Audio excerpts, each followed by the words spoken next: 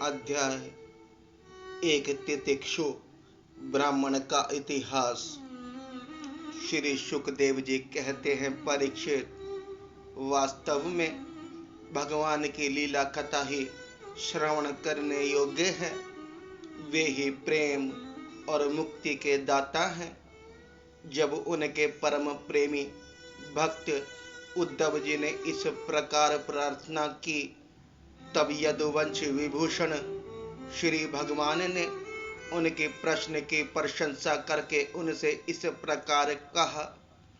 भगवान श्री कृष्ण ने कहा, देवगुरु बृहस्पति के शिष्य उद्धव जी, इस संसार में प्राय ऐसे संत पुरुष नहीं मिलते जो दुर्जनों की कटुवाणी से बिंधे हुए अपने हृदय को संभाल सके। मनुष्य का हृदय मर्म भेदी बाणों से बिंधने पर भी उतनी पीड़ा का अनुभव नहीं करता जितनी पीड़ा उसे दुष्ट जनों के मर्मांतक एवं कठोर वांग बाण पहुंचाते हैं। उद्धव जी, इस विषय में महात्मा लोग एक बड़ा पवित्र प्राचीन इतिहास कहा करते हैं। मैं वही तुम्हें सुनाऊंगा, तुम मन लगाकर उसे सुनो। एक भिक्षुक को दुष्टों ने बहुत सताया था। उस समय भी उसने अपना धैर्य ना छोड़ा और उसे अपने पूर्व जन्म के कर्मों का फल समझकर कुछ अपने मानसिक उद्गार प्रकट किए थे। उन्हीं का इस इतिहास में वर्णन है। प्राचीन समय की बात है। उज्जैन में एक ब्राह्मण रहता था। उसने खेती व्यापार आदि करके बहुत सी धन संपत्ति इकट्ठी कर ली थी। वह बहुत ही कृपण, कामी और लोभी था। क्रोध तो उसे बात बात में आ जाया करता था। उसने अपने जाति बंधु और अपने अतिथियों की कभी मीठी बात से भी उन्हें प्रसन्न नहीं किया। खिलाने पिलाने की तो बात ही क्या है। वह धर्म कर्म से रीते घर में रहता और स्वयं भी अपनी धन संपत्ति के द्वारा समय पर अपने शरीर को भी सुखी नहीं कर रहा था। उसकी कृपणता और बुरे स्वभाव के कारण उसके बेटे बेटी, भाई बंधु, नौकर चाकर और पत्नी आदि सभी दुखी रहते और मन ही मन उसका अनिष्ट चिंतन किया करते थे। कोई भी उसके मन को प्रिय लगने वाला व्यवहार नहीं करता था। वह लोक परलोक दोनों से ही गिर गया था। बस यक्षों के समान धन की रखवाली करता रहता था। उस धन से वह ना तो धर्म कमाता था और ना भोग ही भोगता था। बहुत दिनों तक इस प्रकार जीवन बिताने से उस पर पंच महायज्ञ के भागी देवता बिगड़ उठे। उदार उद्धव जी, पंच महायज्ञ के भागियों के तिरस्कार से उसके पूर्व पुण्य का सहारा, जिसके बल से अब तक धन टिका हुआ था, जाता रहा और जिसे उसने बड़े उद्योग और परिश्रम से इकट्ठा किया था, वह धन उसकी आंखों के सामने ही नष्ट भ्रष्ट हो गया। उस नीच ब्राह्मण का कुछ धन तो उसके कुटुंबियों ने ही छीन लिया, कुछ चोर चुरा ले गए, कुछ आग लग जाने के आदि दैवी कोप से नष्ट हो गया, कुछ समय के फेर से मारा गया, कुछ साधारण मनुष्य ने लिया और बचा कुचा कर और दंड के रूप में शासकों ने हड़प लिया। उद्धव जी, इस प्रकार उसकी सारी संपत्ति जाती रही। ना तो उसने धर्म ही कमाया और ना भोग ही भोगे। इधर उसके सगे संबंधियों ने भी उसकी ओर से मुंह मोड़ लिया। अब उसे बड़ी भयानक चिंता ने घेर लिया। धन के नाश से उसके हृदय में बड़ी जलन हुई। उसका मन खेद से भर गया। आंसुओं के कारण गला रुंध गया। परंतु इस तरह चिंता करते करते ही उसके मन में संसार के प्रति महान दुख बुद्धि और उत्कट वैराग्य का उदय हो गया। अब वह ब्राह्मण मन ही मन कहने लगा, हाय, बड़े खेद की बात है। मैंने इतने दिनों तक अपने को व्यर्थ ही इस प्रकार सताया। जिस धन के लिए मैंने सर तोड़ परिश्रम किया वह ना तो धर्म कर्म में लगा और ना मेरे सुख भोग के ही काम आया। प्राय देखा जाता है कि कृपण पुरुषों को धन से कभी सुख नहीं मिलता।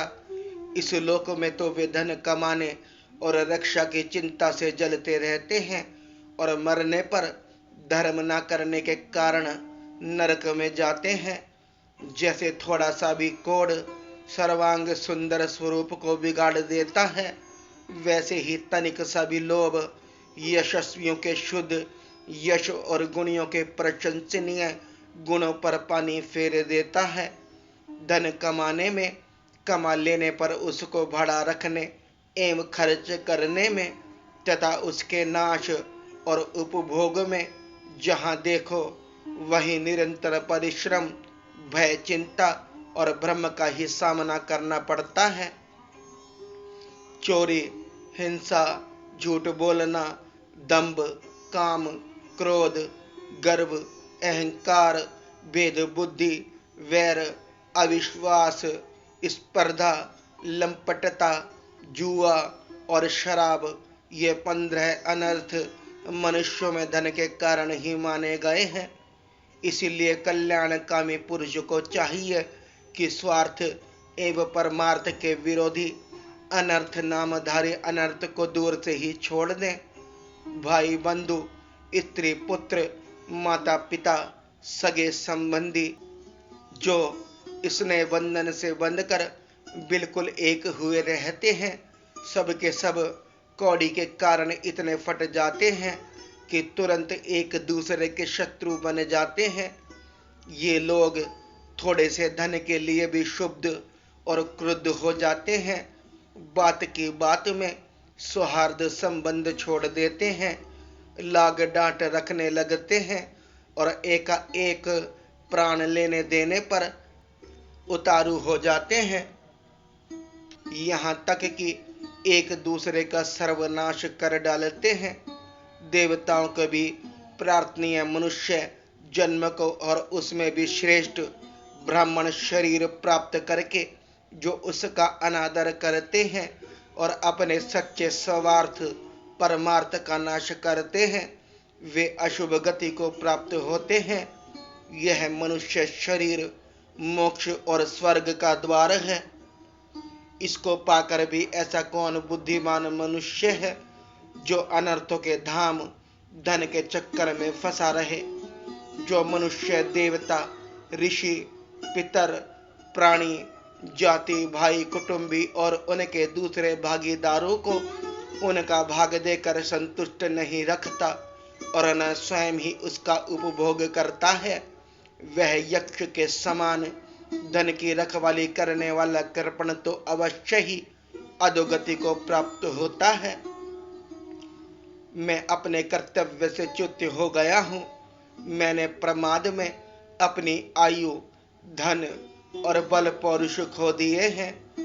विवेकी लोग जिन साधनों में मोक्ष तक प्राप्त कर लेते हैं, उन्हीं को मैंने धन इकट्ठा करने की व्यर्थ चेष्टा में खो दिया। अब बुढ़ापे में कौन सा साधन करूंगा। मुझे मालूम नहीं होता कि बड़े बड़े विद्वान भी धन के व्यर्थ तृष्णा से निरंतर क्यों दुखी रहते हैं। हो न हो अवश्य ही यह संसार किसी की माया से अत्यंत मोहित हो रहा है। यह मनुष्य शरीर काल के विकराल गाल में पड़ा हुआ है। इसको धन देने वाले देवताओं और लोगों से, भोग वासनाओं और उनको पूर्ण करने वालों से तथा पुनः पुनः जन्म मृत्यु के चक्कर में डालने वाले सकाम कर्मों से लाभ ही क्या है।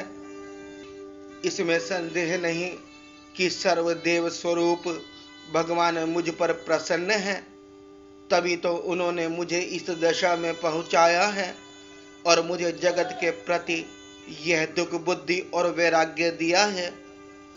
वस्तुतः वैराग्य ही इस संसार सागर से पार होने के लिए नौका के समान है। मैं अब ऐसी अवस्था में पहुंच गया हूँ, यदि मेरी आयु शेष हो तो मैं आत्म लाभ से ही संतुष्ट रहकर अपने परमार्थ के संबंध में सावधान हो जाऊंगा और अब जो समय बच रहा है उसमें अपने शरीर को तपस्या के द्वारा सुखा डालूंगा। तीनों लोक के स्वामी देवगण मेरे इस संकल्प का अनुमोदन करें। अभी निराश होने की कोई बात नहीं है, क्योंकि राजा खटवांग ने तो 2 घड़ी में ही भगवत धाम की प्राप्ति कर ली थी। भगवान श्री कृष्ण कहते हैं, उद्धव जी, उस उज्जैन निवासी ब्राह्मण ने मन ही मन इस प्रकार निश्चय करके मैं और मेरे पन की गांठ खोल दी। इसके बाद वह शांत होकर मौनी सन्यासी हो गया। अब उसके चित्त में किसी भी स्थान, वस्तु या व्यक्ति के प्रति आसक्ति न रही। उसने अपने मन, इंद्रिय और प्राणों को वश में कर लिया। वह पृथ्वी पर स्वच्छंद से विचरने लगा। वह भिक्षा के लिए नगर और गांवों में जाता अवश्य था, परंतु इस प्रकार जाता था कि कोई उसे पहचान ना पाता था। उद्धव जी, वह भिक्षुक अवधूत बहुत बूढ़ा हो गया था। दुष्ट उसे देखते ही टूट पड़ते और तरह तरह से उसका तिरस्कार करके उसे तंग करते।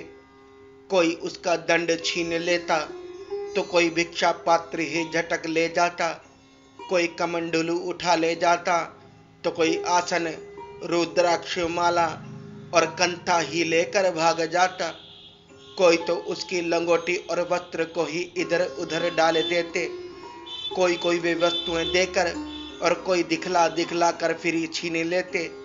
जब वह अवधूत मधुकरी मांग कर लाता और बाहर नदी तट पर भोजन करने बैठता तो पापी लोग कभी उसके सिर पर मूत देते तो कभी थूक देते। वे लोग उस मौनी अवधूत को तरह तरह से बोलने के लिए विवश करते और जब इस पर वह नहीं बोलता तो उसे पीटते। कोई उसे चोर कहकर डांट डपटने लगता, कोई कहता इसे बांध लो और फिर उसे रस्सी से बांधने लगते। कोई उसका तिरस्कार करके इस प्रकार ताना कसते कि देखो देखो, अब इस कृपण ने धर्म का ढोंग रचा है। धन संपत्ति जाती रही, स्त्री पुत्रों ने घर से निकाल दिया, तब इसने भीख मांगने का रोजगार कर लिया है। ओहो, देखो तो सही, यह मोटा तगड़ा भिखारी देहरे में बड़ा ही भारी पर्वत के समान है। यह मौन रहकर अपना काम बनाना चाहता है। सचमुच यह बुगले से भी बढ़कर ढोंगी और दृढ़ निश्चयी है। कोई उस अवधूत की हंसी उड़ाता तो कोई उस पर अधोवायु छोड़ता।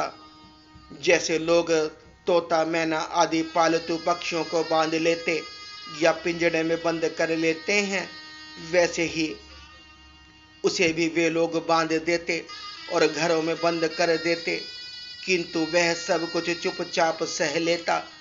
उसे कभी ज्वर आदि के कारण दैहिक पीड़ा सहनी पड़ती, कभी गर्मी सर्दी आदि से दैवी कष्ट उठाना पड़ता, कभी दुर्जन लोग अपमान आदि के द्वारा उसे भौतिक पीड़ा पहुंचाते, परंतु भिक्षुक के मन में इससे कोई विकार न होता। वह समझता कि यह सब मेरे पूर्व जन्मों के कर्मों का फल है और इसे मुझे अवश्य भोगना पड़ेगा। यद्यपि नीचे मनुष्य तरह तरह के तिरस्कार करके उसे उसके धर्म से गिराने की चेष्टा किया करते, फिर भी वह बड़ी दृढ़ता से अपने धर्म में स्थिर रहता और सात्विक धैर्य का आश्रय लेकर कभी कभी ऐसे उद्गार प्रकट किया करता। ब्राह्मण कहता, मेरे सुख अथवा दुख का कारण न ये मनुष्य है, न देवता है, न शरीर है और न ग्रह, कर्म एवं काल आदि ही है। श्रुतियां और महात्मा जन मन को ही इसका परम कारण बताते हैं और मन ही इस सारे संसार के चक्र को चला रहा है। सचमुच यह मन बहुत बड़ा बलवान है। इसी ने विषयों, उनके कारण गुणों, उनसे संबंध रखने वाली वृत्तियों की सृष्टि की है। उन वृत्तियों के अनुसार ही सात्विक, राजस और तामस अनेकों प्रकार के कर्म होते हैं और कर्मों के अनुसार ही जीव की विविध गतियां होती हैं। मन ही समस्त चेष्टाएं करता है। उसके साथ रहने पर भी आत्मा निष्क्रिय ही है। वह ज्ञान शक्ति प्रधान है, मुझ जीव का सनातन सखा है और अपने अलुप्त ज्ञान से सब कुछ देखता रहता है। मन के द्वारा ही उसकी अभिव्यक्ति होती है। जब वह मन को स्वीकार करके उसके द्वारा विषयों का भोक्ता बन बैठता है, तब कर्मों के साथ आसक्ति होने के कारण वह उनसे बंध जाता है। दान, अपने धर्म का पालन, नियम, यम, वेद अध्ययन, सत्कर्म और ब्रह्मचर्य आदि श्रेष्ठ व्रत, इन सब का अंतिम फल यही है कि मन एकाग्र हो जाए, भगवान में लग जाए। मन समाहित हो जाना ही परम योग है। जिसका मन शांत और समाहित है, उसे दान आदि समस्त सत्कर्मों का फल प्राप्त हो चुका है। अब उनसे कुछ लेना बाकी नहीं है। और जिसका मन चंचल है अथवा आलस्य से अभिभूत हो रहा है, उसको इन दान आदि शुभ कर्मों से अब तक कोई लाभ नहीं हुआ है। सभी इंद्रियां मन के वश में हैं। मन किसी भी इंद्रिय के वश में नहीं है। यह मन बलवान से भी बलवान, अत्यंत भयंकर देव है। जो इसको अपने वश में कर लेता है, वही देव इंद्रियों का विजेता है। सचमुच मन बहुत बड़ा शत्रु है। इसका आक्रमण असह्य है। यह भारी शरीर को ही नहीं, हृदय आदि मर्म स्थानों को भी भेदता रहता है। इसे जीतना बहुत ही कठिन है। मनुष्यों को चाहिए कि सबसे पहले इसी शत्रु पर विजय प्राप्त करे, परंतु होता है यह कि मूर्ख लोग इसे तो जीतने का प्रयत्न करते नहीं, दूसरे मनुष्य से झूठ मूठ झगड़ा बखेड़ा करते रहते हैं और इस जगत के लोगों को ही मित्र, शत्रु, उदासीन बना लेते हैं। साधारणतः मनुष्य की बुद्धि अंधी हो रही है, तभी तो वे इस मन कल्पित शरीर को मैं और मेरा मान बैठते हैं और फिर इस भ्रम के फंदे में फंस जाते हैं कि यह मैं हूं और यह दूसरा। इसका परिणाम यह होता है कि वे इस अनंत अज्ञान अंधकार में ही भटकते रहते हैं। यदि मान लें कि मनुष्य ही सुख दुख का कारण है, तो भी उनसे आत्मा का क्या संबंध, क्योंकि सुख दुख पहुंचाने वाला भी मिट्टी का शरीर है और भोगने वाला भी कभी भोजन आदि के समय यदि अपने दांतों से ही अपनी जीभ कट जाए और उससे पीड़ा होने लगे, तो मनुष्य किस पर क्रोध करेगा। यदि ऐसा मान लें कि देवता ही दुख के कारण हैं, तो भी इस दुख से आत्मा की क्या हानि, क्योंकि यदि दुख के कारण देवता हैं, तो इंद्रिय अभिमानी देवताओं के रूप में उनके भोक्ता भी तो वे ही हैं और देवता सभी शरीरों में एक हैं। जो देवता एक शरीर में हैं, वे ही दूसरे में भी हैं। ऐसी दशा में यदि अपने ही शरीर के किसी एक अंग से दूसरे अंग को चोट लग जाए, तो भला किस पर क्रोध किया जाएगा।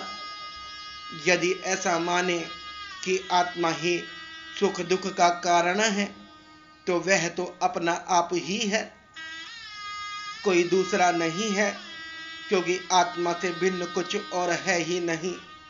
यदि दूसरा कुछ प्रतीत होता है, तो वह मिथ्या है, इसलिए न सुख है न दुख। फिर क्रोध कैसा? क्रोध का निमित्त ही क्या? यदि ग्रहों को सुख दुख का निमित्त माने तो उनसे भी अजन्मा आत्मा की क्या हानि? उनका प्रभाव भी जन्म मृत्युशील शरीर पर ही होता है। ग्रहों की पीड़ा तो उनका प्रभाव ग्रहण करने वाले शरीर को ही होती है, और आत्मा उन ग्रहों और शरीरों से सर्वथा परे है। तब भला वह किस पर क्रोध करे? यदि कर्मों को ही सुख दुख का कारण माने तो उनसे आत्मा का क्या प्रयोजन, क्योंकि वे तो एक पदार्थ के जड़ और चेतन उभय रूप होने पर भी हो सकते हैं। जो वस्तु विकार युक्त और अपना हित अहित जानने वाली होती है उसी से कर्म हो सकते हैं।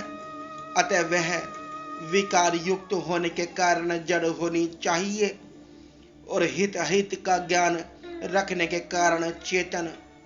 किंतु देह तो अचेतन है और उसमें पक्षी रूप से रहने वाला आत्मा सर्वथा निर्विकार और साक्षी मात्र है। इस प्रकार कर्मों का तो कोई आधार ही सिद्ध नहीं होता। फिर क्रोध किस पर करे? यदि ऐसा माने कि काल ही सुख दुख का कारण है तो आत्मा पर उसका क्या प्रभाव, क्योंकि काल तो आत्म स्वरूप ही है। जैसे आग आग को नहीं जला सकती और बर्फ बर्फ को नहीं गला सकती, वैसे ही आत्म स्वरूप काल अपने आत्मा को ही सुख दुख नहीं पहुंचा सकता। फिर किस पर क्रोध किया जाए? आत्मा शीत उष्ण सुख दुख आदि द्वंद्व से सर्वथा अतीत है। आत्मा प्रकृति के स्वरूप धर्म कार्य लेश संबंध और गंध से भी रहित है। उसे कभी कहीं किसी के द्वारा किसी भी प्रकार से द्वंद्व का स्पर्श ही नहीं होता। वह तो जन्म मृत्यु के चक्र में भटकने वाले अहंकार को ही होता है। जो इस बात को जाने लेता है वह फिर किसी भी भय के निमित्त से भयभीत नहीं होता। बड़े बड़े प्राचीन ऋषि मुनियों ने इस परम आत्मा निष्ठा का आश्रय ग्रहण किया है। मैं भी इसी का आश्रय ग्रहण करूंगा और मुक्ति तथा प्रेम के दाता भगवान के चरण कमल की सेवा के द्वारा ही इस दुरंतर अज्ञान सागर को अनायास ही पार कर लूंगा। भगवान श्री कृष्ण कहते हैं, उद्धव जी, उस ब्राह्मण का धन क्या नष्ट हुआ? उसका सारा क्लेश ही दूर हो गया। अब वह संसार से विरक्त हो गया था और संन्यास लेकर पृथ्वी में स्वच्छंद विचर रहा था। यद्यपि दुष्टों ने उसे बहुत सताया, फिर भी वह अपने धर्म में अटल रहा, तनिक भी विचलित ना हुआ। उस समय वह मौनी अवधूत मन ही मन इस प्रकार का गीत गाया करता था, उद्धव जी, इस संसार में मनुष्य को कोई दूसरा सुख या दुख नहीं होता। यह तो उसके चित्त का भ्रम मात्र है। यह सारा संसार और इसके भीतर भिन्न उदासीन और शत्रु के भेद अज्ञान कल्पित हैं। इसीलिए प्यारे उद्धव, अपनी वृत्तियों को मुझ में तन्मय कर दो और इस प्रकार अपनी सारी शक्ति लगाकर मन को वश में कर लो और फिर मुझ में ही नित्य युक्त होकर स्थित हो जाओ। बस सारे योग साधन का इतना ही सार संग्रह है। यह भिक्षुक का गीत क्या है? मूर्तिमान ब्रह्मज्ञानी निष्ठा ही है। जो पुरुष एकाग्र चित्त से इसे सुनता सुनाता और धारण करता है वह कभी सुख दुख आदि द्वंद्व के वश में नहीं होता। उनके बीच में भी वह सिंह के समान दहाड़ता रहता है।